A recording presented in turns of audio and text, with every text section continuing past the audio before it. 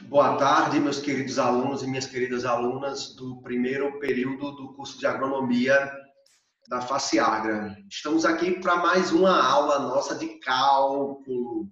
Então, agora a gente vai entrar num campo que é o cálculo propriamente dito. A gente viu anteriormente o que nós chamamos de cálculo vetorial, que ele serve, óbvio, para o cálculo, como para a física, como são operadores que nós trabalhamos, como eu disse, no cálculo na física.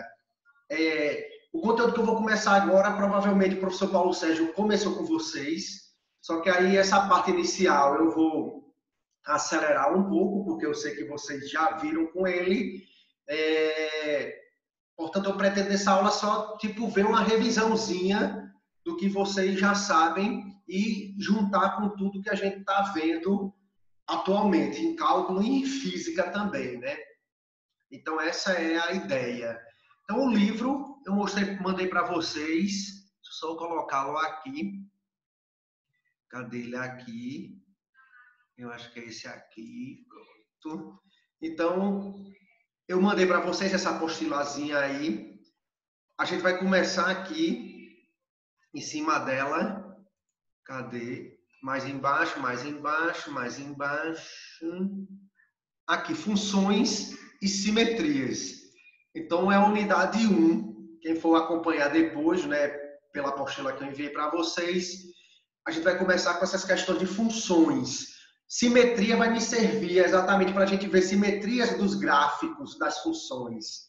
Aí vem a pergunta, né, que aí eu vou responder, que já está aqui respondida. Cadê a canetinha? Já está aqui respondida, porém vai ser o nosso viés inicial, né? Afinal, risca. Afinal, o que são funções? E aí, o que são funções? A gente vai começar aqui nessa parte, né? O que são funções? Funções. O que são funções, né? A função propriamente dita, ela é uma grandeza que descreve as mudanças sofridas por uma grandeza, né? É uma função que descreve as mudanças sofridas por uma grandeza provocadas pela variação de outras, né? Ou de outra grandeza. Então fica melhor a gente definir assim, né? Uma função, vou botar aqui, uma função descreve as mudanças sofridas. Aí está para ler ali, né? As mudanças sofridas por uma grandeza, e grandeza, qualquer grandeza que a gente vai ver aí, né? Uma grandeza. Essas mudanças, elas são provocadas, no caso, pela variação de outra grandeza, né? Provocadas pela variação de outra grandeza. Eu vou mostrar exemplos aqui, né? De outra grandeza. Beleza. Então, o que é que significa isso, né? Uma função descreve as mudanças sofridas por uma grandeza provocadas pela variação de outra, né? Provocada pela variação de outra grandeza. Repetir grandeza aqui é exatamente para a gente ter isso aqui bem visto. Imagine que a gente está estudando lá o movimento retilíneo uniforme. A gente viu em física, né? A gente viu em física o movimento retilíneo uniforme. Imagine que eu tenha uma reta, pense na rua da sua casa aí, que seja uma rua plana, né? Imagine que eu tenho uma rua aqui. Aí o que acontece? Tem um cachorro aqui, vou botar o cachorro assim, né? Que vai caminhar aqui na rua. Pronto, cachorro. O cachorro aqui vai fazer essa caminhada na sua rua da sua casa. Imagine que no tempo zero, que eu vou marcar, né, fisicamente, quando eu começo a marcar meu tempo inicial, meu tempo zero sendo zero, o cachorro está na posição que você determinou na sua rua, uma posição de 4 metros. 4, pronto, esse ponto daqui é 4 metros. Depois de 1 segundo, vou botar aqui uma tabela, né? Tempo, segundos. Que é em tempo, né? E posição, né? Então, no tempo 0, o cachorro estava na posição 4. No tempo 1 segundo, vamos dizer que o cachorro estava na posição, ele andou 1 metro por segundo, o cachorro pode andar mais. Vamos dizer que ele está na posição 6. No tempo 2 segundos, ele está na posição 8. Ele está na posição 8. Aí eu posso perguntar qual vai ser a posição dele quando ele estiver em 5 segundos. Você diz, isso é uma pergunta física, né? Eu baixei aqui, né? Então, qual vai ser o tempo dele? É o tempo de 5 segundos. Qual vai ser a posição do cachorro? O que é que está acontecendo aqui? Eu tenho uma função que varia em torno da outra, né? Eu tenho uma grandeza que depende da outra. Tipo, se eu sei que o cachorro está andando numa velocidade aqui de 2 metros por segundo, daí a gente sabe calcular aqui 2 metros por segundo, eu sei determinar exatamente qual é a posição do cachorro após 10 segundos, após 20 segundos. Ou seja, é uma grandeza que depende da outra. É uma grandeza que depende da outra. Ou seja, eu posso definir função aqui, né? Eu posso definir função. Então, para eu poder trabalhar com função, eu preciso de 2 grandezas. Eu preciso de 2 grandezas aqui, pelo exemplo da gente aqui. Que no estudo do matemático dos conjuntos, eu vou dizer aqui, ó. Eu tenho o conjunto A e eu tenho o conjunto B. Conjunto A pode ser o tempo, o conjunto B pode ser a posição. E eu vou pegar meus elementos de A e vou ligar com meus elementos de B. Fazer isso aqui. Essa ligação que eu faço de A para B é o que nós determinamos como função. Ou seja, o conjunto de onde sai eu vou chamar de domínio. Então, esse conjunto aqui eu vou dar o nome de domínio. E o conjunto aonde chega eu vou dar o nome de contradomínio. Então, contradomínio. O conjunto que chega, né? A função é como se fosse uma máquina, mas eu sempre penso também numa relação entre 2 grandezas. Ou seja, se essas grandezas estão relacionadas de alguma forma, eu tenho uma função matemática propriamente dita. Que eu escrevo até assim, né? Eu não vou ficar escrevendo isso toda hora, eu escrevo assim. Função de A em B. Aí, óbvio, né? O B aqui, quando eu escrevo dessa maneira... O B aqui, quando eu escrevo dessa maneira aqui, eu estou chamando ele... Óbvio, professor, é o contradomínio, como determinou. Só que eu vou trabalhar como imagem. E o que é a imagem? A imagem é um subconjunto do contradomínio. Eu vou chamar de imagem. Óbvio que eu estou pondo A e B, só que eu gosto de botar D e CD, né? Para dizer que D é domínio e CD é contradomínio. A imagem é um subconjunto do meu contradomínio. A imagem está contida, no máximo é igual ao contradomínio. A imagem é um subconjunto do contradomínio. A imagem é quem realmente está relacionado de A para B. Por quê? Porque eu posso não ter relação de A para B, que a gente vai mostrar aqui, que eu vou definir algumas coisas. Eu também posso escrever minha função dessa maneira aqui, ó. Aí que a gente começa a escrever y é igual a f de x. Vamos lá, para a gente entender, né? Primeiro, tem que ter o domínio contido nos reais, no conjunto dos números reais aqui. Eu vou dizer que y é igual a f de x, ou y é função de x. Quem é quem no jogo do bicho? Aqui, né? Meu x é elemento do domínio e meu y vai ser a imagem, ou seja, elemento do contradomínio. Logo, eu posso dizer que x pertence ao domínio, botar A ou ao domínio, e y pertence ao contradomínio. E y pertence ao contradomínio. Então, a primeira coisa que eu tenho... Mas, professor, muito teórico. Beleza, com o número a gente vai ver melhor. Mas eu preciso definir algumas teorias aqui para a gente entender. Para a gente entender aqui exatamente como é que se dá essa correspondência aqui, ó.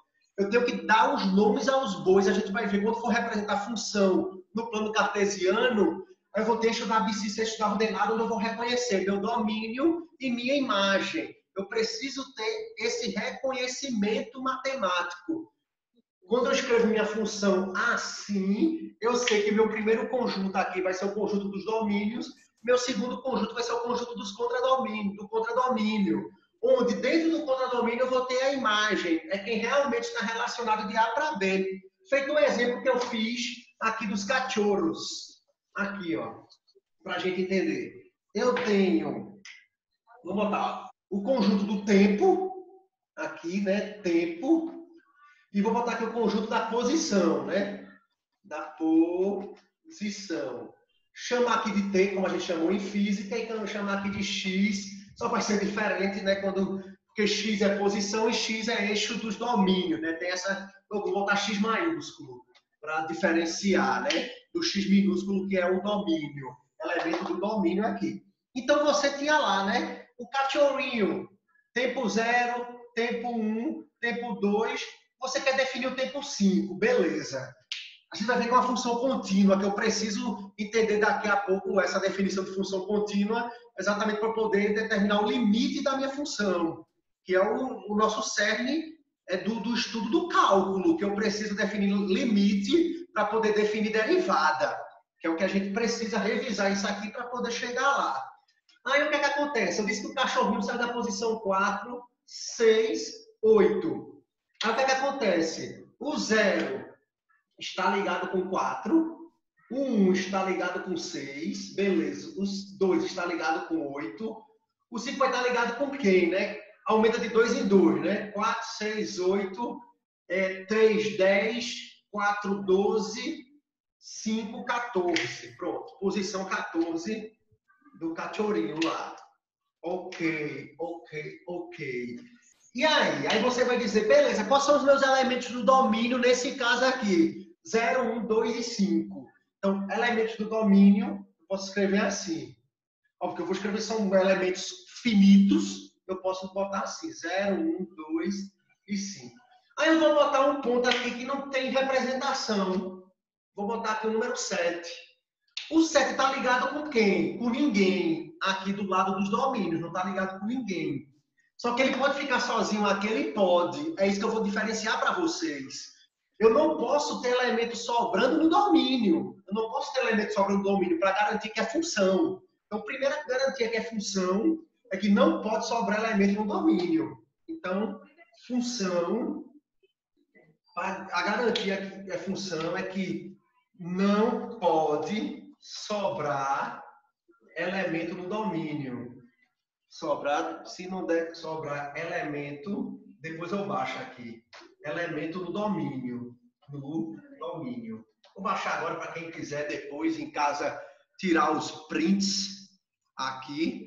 Então, o que acontece? A função não pode sobrar elemento no domínio. Ok. Então, meu domínio é esse. Aí, o que acontece? Os elementos que estão ligados com o domínio, eu chamo de imagem. Ou seja, a minha imagem está aqui, 4, 6, 8 e 14. Então, minha imagem é 4, 6, 8 e 14. Professor, e o domínio? O domínio entre o 7 também. O contradomínio entre o 7 também. Então, se eu quiser escrever o contradomínio, aí serão os elementos do domínio mais o 7. 4, 6, 8, 7, né? Botar na ordem aqui. 7, 8, 14. Então, é assim que eu diferencio a minha função. Eu preciso fazer essas ligações, eu preciso entender essas ligações, porque eu vou ter funções contínuas, e vocês trabalham com elas, eles querem que eu vou ter funções finitas, né? Elementos finitos com elementos finitos. Então, o que é que acontece aqui? Ó? O que é que a gente vai ter? Eu preciso mostrar isso graficamente, ó. Se eu quiser. Vamos gravar esses pontos aqui, ó. Se a função for dos reais nos reais, aí eu melhoro aqui, ó. Que eu botei no domínio contra domínio aqueles elementos ali, ó. Aí eu venho para o gráfico. Gráfico. Vamos falar um pouquinho de gráficos. Falar um pouquinho de gráficos, né? Minha função, ela pode ser escrita de outra forma, que a gente chama uma forma simbólica, uma forma de gráfico, uma forma de curva. Eu vou chamar até de curva. Por quê? Professor, a minha função deu uma reta. Por que o senhor chama de curva? Porque eu denomino também gráfico como curva. É um sinônimo que eu uso para gráfico. A gente estuda muito isso em cálculo, gráfico ou curvas.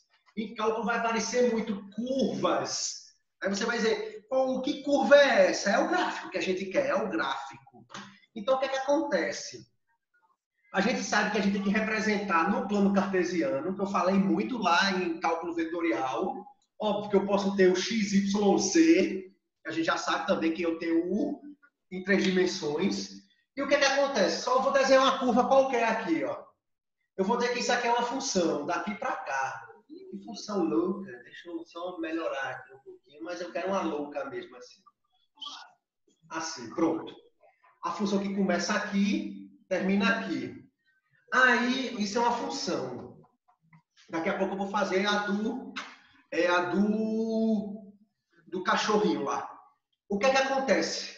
Se eu chegar e perguntar para você, a partir da curva, Lucicleide, Renato, Atanael, me deu o domínio dessa função. Aí você vai dizer, pô, professor, sacanagem, não me deu nada e me pede o domínio. Lembrem-se, domínio são os elementos de x. X pertence ao domínio. X pertence ao domínio, logo, meu domínio eu vou pegar daqui, vou chamar aqui de ponto A, que está ligado com o ponto, vou botar aqui Z, vou botar lá uma letra qualquer, AB, vou botar C. E esse ponto aqui, o ponto final, ele está ligado de B. Vamos botar aqui até D. Era para descer mais um pouquinho, né? Até D aqui. Até D. Esse ponto aqui, esse ponto do plano cartesiano é AB, AC. Como a gente já viu lá em geometria, cálculo vetorial, aqui é BD. Só que eu tenho um ponto mais alto aqui, que eu vou chamar de ponto E aqui em cima, ó. Ele é mais alto aqui, vou dizer que é o E. Vou chamar de E. Então aqui é meu Y, né? Meu F. É porque eu sou acostumado a escrever F de X aqui, né? Mas vou botar meu Y logo, como a gente trabalha. Aí eu te pergunto, qual é o domínio? Você pega o gráfico, você projeta no eixo X. Meu domínio, ó, começa em A e vai, ó, até B. Meu domínio vai até B. É meu gráfico, a sombra do meu gráfico no eixo X. Ponham isso na cabeça. Tem gente que esquece, tem gente que se endoida, se embanana por causa de domínio. O domínio é a projeção do gráfico no eixo X. Acabou-se. Não invente mais nada. Então, o domínio aqui vai ser de A até B. Lembrem-se dessa anotação de conjuntos que vocês estudam no ensino médio aqui. Eu estou indo de A até B, pegando todos os números reais entre A e B. O A incluso e o B incluso. E agora, quem é minha imagem, né? Contradomínio eu tenho que dizer quem é. O contradomínio, ele é aquele tipo que ele chega do nada, mas ele tem que ser avisado. Mas a imagem eu tenho como determinar, tem como eu determinar. E como? Eu não projetei o gráfico no eixo X para me dar o domínio, eu projeto o gráfico no eixo Y para me dar o contradomínio. Ou seja, eu vou pegar a sombra do meu gráfico, ó, ele começa aqui no eixo Y e vai lá até o ponto mais alto. Por isso que eu marquei esse pontinho aqui que eu chamei de E, porque é o ponto mais alto do meu gráfico. Eu, quando projeto o gráfico no eixo Y, ele vai de C até E. Então, minha imagem aqui vai de C até E. Se você for ver no livro, aqui, deixa eu mostrar o livro aqui para vocês. Olha aqui, ó. Olha essa figura aqui desenhada. O domínio, ó, a curva. Eu chamei aqui, ó, Y, óbvio que a curva é diferente da minha curva lá, né? O que é o domínio? É a projeção do gráfico no eixo X, daqui para cá. O que é a imagem? A projeção do gráfico no eixo Y, daqui para cá. Vou escrever 10 vezes aqui, não. Pronto, daqui para cá. Então, imagem, domínio. Projeção do gráfico no eixo X, domínio. Projeção do gráfico no eixo Y, imagem. Agora vamos ver o gráfico do cachorrinho, né? Do cachorrinho. Imagine que eu tenho lá, vou marcar os pontos do cachorrinho. Marcar os pontos do cachorrinho. Vamos dizer que seja, como minha função não existe tempo negativo, né? Eu vou considerar a partir do 0 em diante. Então, o que é que acontece? Eu tinha feito lá os cachorrinhos, vou botar para cá, para cá. Vou dizer que aqui é o tempo e aqui é a posição em metros e o tempo em segundos. Eu não trabalhei gráfico em física exatamente para deixar para cá, nesse momento. Então, o que é que acontece? Quando o x é 0, quando o tempo é 0, o cachorrinho está em onde? 4 metros. Quando o tempo é 1, o cachorrinho está em 6 metros. Ou seja, eu tenho esse ponto aqui. Aí eu vou fazer logo aqui só para marcar mais fácil. Quando o cachorrinho está em 2 segundos, ele é o quê? 8 metros. Aí eu disse, quando o cachorrinho está em 5 segundos, você pode prever que é 14 metros. Então, ó, meu gráfico ele não para aqui, né? Ele continua. Eu botei ele como uma função contínua nos reais, exatamente porque eu posso prever, tipo, em meio segundo, em raiz de 3 segundos, se eu quiser. Exatamente. E como é que eu defino essa função? Eu lembro da física, né? Não sei se vocês lembram lá, ó. Era x é igual a x0 mais vt. Ô, professor, tem que determinar v, né? Exatamente. E quem é v? Aí você lembra ΔX sobre ΔT. Eu já vou trazer coisas que a gente vai precisar no futuro, mas eu vou adiantar. Eu vou adiantar aqui, ó. Eu posso traçar uma paralela ao eixo X aqui. E olha esse ângulo aqui, que normalmente a gente chama de alfa. Esse daqui. O que é que esse alfa vai me dizer? Ele vai me dizer a inclinação da reta. A inclinação da reta. Ele está onde? A gente vai ver que ele está no coeficiente angular. A tangente desse ângulo vai ser a velocidade. A tangente de alfa é a própria velocidade. E aí, professor, como é que eu determino tangente? Cateto oposto sobre cateto adjacente. Então, eu venho para cá. Ou ΔX, a prova que é ΔX sobre ΔT, ó. Vou pegar x2 menos x1 sobre T2 menos T1. Vou pegar daqui para cá, ó. Vou pegar x2 aqui, x1 aqui, beleza. Quem é x2? 8. Quem é x1? Vou pegar x0, né? Pronto. x0. Quem é x0? 4. Quem é T2? 2. Eu peguei esse ponto e esse ponto. T2 é 2.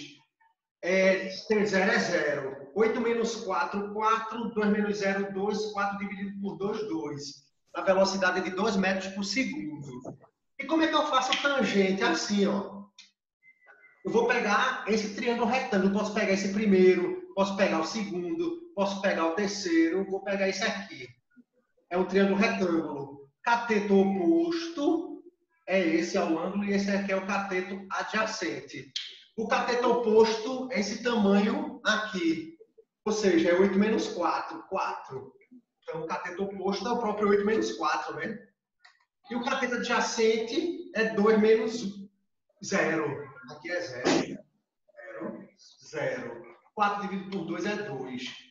Então, eu posso escrever essa minha função aqui, né? Apagar, vou botar aqui embaixo que dá para escrever. Vou botar aqui embaixo que dá para escrever. Então, x. Quem é x0? 4. Mais 2 vezes t, né? Mais velocidade vezes t. Mais 2 vezes t. Então, essa é a minha função. Função física. Ó. X é igual a 4 mais 2t. Coisa que a gente já sabia da física, eu vou começar a trazer aqui, porque para a gente definir, como eu disse, a matemática, o limite da coisa aqui, né? Para a gente continuar gráficos, Então, isso aqui, como eu disse, eu estou fazendo muito a revisão do que vocês viram com o professor Paulo Sérgio. Eu quero chegar até, não sei se hoje, mas pelo menos próxima semana, rever com vocês até gráfico de segundo grau, para a gente poder dar continuidade ao conteúdo aqui, né? Eu vou falar de simetrias, que é importante aqui. Simetrias. Simetrias. Eu vou ter a translação,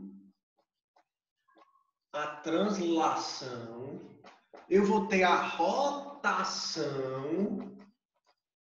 e vou ter a reflexão. Para que eu quero ver isso? Para gráfico. Translação é mudar de um lugar para o outro. É tirar de um lugar e colocar no outro. A gente estuda muito isso em álgebra linear, mas vocês não têm essa cadeira aí na faculdade. Rotação é girar. É girar, propriamente dito, em torno de um eixo, eu pego e giro. E reflexão é a imagem, tipo no espelho.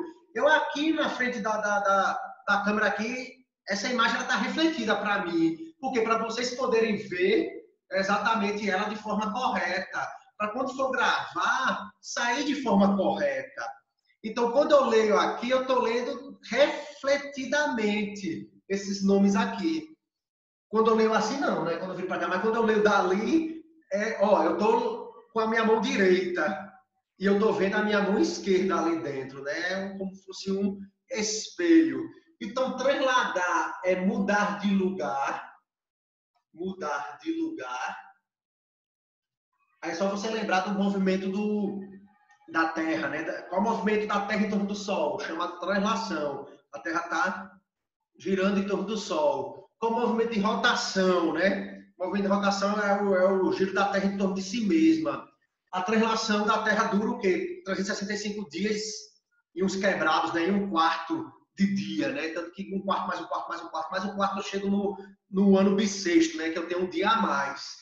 E a rotação dura em torno de 24 horas, aproximadamente, né? Que é o giro da Terra em torno de si mesmo. Então, a rotação é girar em torno de um eixo. Em torno de um eixo. E refletir, eu já falei, né? É o que a gente chama na física de enantiomorfismo. Ou seja, se eu levanto a mão direita e aparece a minha mão esquerda, é a reflexão. Ou seja, é o que a gente chama de enantiomorfismo. Um nome novo para vocês aí.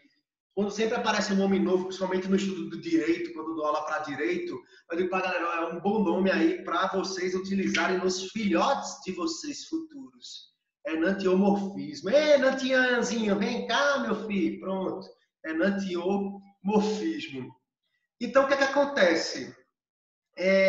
Eu vou mostrar para vocês aqui. Imagine que eu tenha um triângulo. Vou botar no plano cartesiano aqui. É melhor até eu projetar o livro para vocês do que meus desenhos. Aí meus desenhos aqui já pioram as coisas. Vou mostrar aqui. Fica melhor. Pronto, aqui simetria, né? A gente está vendo translação, rotação e reflexão. Eu tenho que o chamado aqui, ó, as retas que são os eixos de simetria. Eu preciso desse eixo de simetria. Tipo a borboleta, a braboleta aqui, né? O que é que tem ela? O que é que acontece, ó? A borboleta, ela funciona como se fosse assim, o lado esquerdo dela é o reflexo do lado direito e vice-versa, né? Só que eu preciso dizer quem é meu eixo que eu divido o lado esquerdo do lado direito. É esse eixo aqui, ó, desenhado aqui, ó. Deixa eu só tirar o lápis, né? Porque eu já desenho ruim com o pincel. Então, o eixo de simetria é esse aqui, ó, da borboleta. Ou seja, o lado esquerdo é reflexo do lado direito. Então, no caso, eu tenho imagens refletidas aqui. Beleza? Aí, o que é que acontece? O caso aqui de outra simetria especular. Especular vem de espelho. Isso que eu estou falando. Simetria refletiva, né? Simetria especular. Aí, esse tipo de chamado de simetria é chamada de especular. por lembrar a reflexão do espelho, né? Aí tem outras coisas que ele fala, ó, a translação, como eu disse para vocês, é a transformação em que todos os pontos da figura se deslocam numa mesma direção, sentido e de uma mesma distância, ou seja, eu estou mudando de um lugar para o outro. Eu posso ter translação horizontal, eu posso ter translação vertical, ou uma combinação de horizontal mais vertical. Reflexão, eu já falei tanto para vocês, né? E rotação é o giro da figura em torno de algum ponto ou em torno de um eixo, né? Eu falei aqui no caso da Terra. Agora vamos ver os desenhos aqui, ó. Deixa eu aumentar aqui a figura e me pendurar aqui para fazer melhor. Eu estou trabalhando com esse triângulo aqui, ó. Esse triângulo aqui. Imagina que esse triângulo começa a descê-lo na diagonal. Ó. Ele aparece aqui, daqui a pouco aqui, daqui a pouco aqui, daqui a pouco aqui. O que é que eu estou fazendo com esse triângulo? Eu estou descendo ele nessa diagonal. Eu posso levá-lo para a direita, eu posso levá-lo para cima, para baixo, para a esquerda. Eu posso combinar. Nesse caso, ele está indo para a direita e para baixo ao mesmo tempo. Então, ele está indo para a direita e ele está indo para baixo ao mesmo tempo. Ou seja, é uma translação mista, né? No caso da reflexão desse triângulo aqui, o que é que eu estou fazendo? Ó? Eu posso refleti-lo no eixo X. Deixa eu pegar o eixo aqui. Pegar o desenho aqui que fica melhor. Eu posso refleti-lo aqui em X. Eu posso refleti-lo em X. Eu posso refleti-lo em Y. Aí ele vai aparecer ou aqui ou aqui. Ou seja, eu estou refletindo. Eu estou exatamente, se você perceber, esses dois triângulos daqui é a reflexão do modelo, né, do primeiro. E a rotação eu estou girando. Ó, o que é que acontece aqui? Eu começo a girar meu triângulo em torno do ponto central, né, do plano cartesiano, né? Do ponto central aqui do plano cartesiano. Aí, ó, girei assim, eu estou girando no sentido do relógio, né, no sentido horário. Ó. Girei para cá, girei para cá, girei para cá, girei para cá. Estou girando, ou seja, eu estou rotacionando em torno da origem. A reflexão aqui foi em relação aos eixos, eixo X e eixo Y.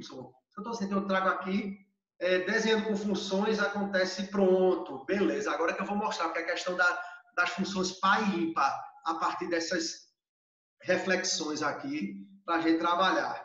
Então, no meu plano cartesiano, eu tenho reflexões que são importantes no meu plano cartesiano. Cadê meus pincéis? Aqui. Então, o que é que eu tenho? Eu tenho meu plano cartesiano aqui. Vou botar mais para lá, eu sempre gosto de desenhar assim, por causa do eixo X aparecer maior, mas aí eu vou desenhar assim. Então, vou pegar aqui, ó, X, Y. E vou dizer que eu tenho meu ponto P. Meu ponto P aqui. Ponto P, X, Y. Eu quero a reflexão do ponto P embaixo. Aí, como é que eu faço? Ó, eu desço o próprio ponto X aqui que eu marquei. Aqui. Só que eu vou para onde? Para o menos Y. Esse meu ponto P, que eu vou chamar aqui de T, ele é X e menos Y. Ele tem que estar na mesma altura, agora para baixo, né? Só meu desenho não ajuda muito, mas aqui eu posso descer mais um pouquinho. Vou desenhar com um esquadro, aí eu desenho bem. Com régua, com transferidor, mas assim a mão livre sempre fui ruim. Quase eu reprovei em desenho à mão livre, no primeiro semestre da faculdade. Então, o que é que acontece? X e menos Y. Agora eu quero refletir meu ponto para lá. Eu só posso refletir, aqui eu estou refletindo em torno do eixo, né? Daqui a pouco eu vou fazer uma reflexão mais louca. Faltam 3 minutos, aí eu vou falar isso aqui um pouquinho, vou começar com outra coisa e aí eu mando o link para a gente voltar. Então, eu vou refleti-lo para lá agora, ó. Eu continuo a mesma altura, com a mesma distância, aqui, só que agora o que é que acontece, ó? Eu estou andando para a esquerda, aqui é X, aqui é menos X. Então, vou chamar de ponto Q, menos X, Y. Agora eu quero esse meu ponto, que seria a reflexão do T ou a reflexão do Q. Só que eu posso refletir P para cá, traçando uma reta aqui. Se eu traço uma reta aqui, aqui, né? Se eu traçar uma reta aqui, eu posso refletir ele daqui para cá. É como outra reflexão do ponto P, aqui, que eu vou chamar de S. Ele vai ser menos x e menos y. Então, é o que a gente chama no gráfico, né, de quadrantes. Aqui é meu primeiro quadrante. Não sei se você lembra dessa divisão. Primeiro quadrante no plano cartesiano. Aqui é meu segundo quadrante. Aqui é meu terceiro quadrante. E aqui é meu quarto quadrante. Eu pego o meu plano e divido em 4 partes. E saio girando no sentido anti-horário. Primeiro quadrante, segundo quadrante, terceiro quadrante, quarto quadrante. Característica do primeiro quadrante. X e Y são positivos. Característica do segundo quadrante, X é negativo e Y é positivo. Características do terceiro quadrante, X e Y são negativos. Característica do quarto quadrante, X é positivo e Y é negativo. Vai servir muito também quando a gente for estudar em cálculo a parte de trigonometria, para relembrar, né? E como eu disse, por fim, eu vou pegar uma função, vou botar aí mesmo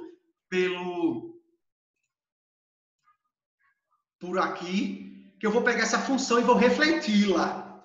Ou seja, eu vou pegar y, que é meu f de x, eu estou dizendo que é de RR, ou seja, domínio R contra domínio R, ela é de R em R, a gente vai trabalhar isso também daqui a pouco. Vou pegar a função, essa função y é igual a f de x e vou refleti-la para o segundo quadrante, para o terceiro quadrante e para o quarto quadrante. Ou seja, minha função original é y igual a f de x. Aí eu vou querer y igual a f de menos x, y igual a menos f de x e y igual a menos f de menos x. E como é que fica essa reflexão aqui embaixo? Ó. Aqui embaixo.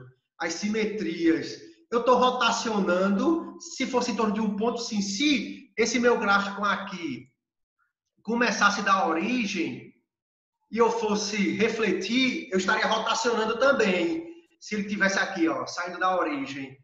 Ou seja, a reflexão dele para cá fica nesse estilo aqui, ó. Pense num espelho aqui no meio, ó. Pense num espelho aqui no meio. Pense num espelho. Então, o que é que acontece? Eu refleti para cá. Pense num espelho aqui agora, ó. Aí eu refleti para cá. E esse daqui sai de qual espelho? Desse daqui, ó. Como eu disse, eu traço uma reta aqui, aí eu consigo mostrar esse outro espelho aqui por fim. Então, eu tenho essas reflexões aqui. Aí eu vou ter essas translações que eu vou trazer já na volta, beleza? Então, tamo junto aí. Essa é a nossa parte 1 da aula de cálculo. Aí a parte 2 eu vou trazer translações e rotações, que são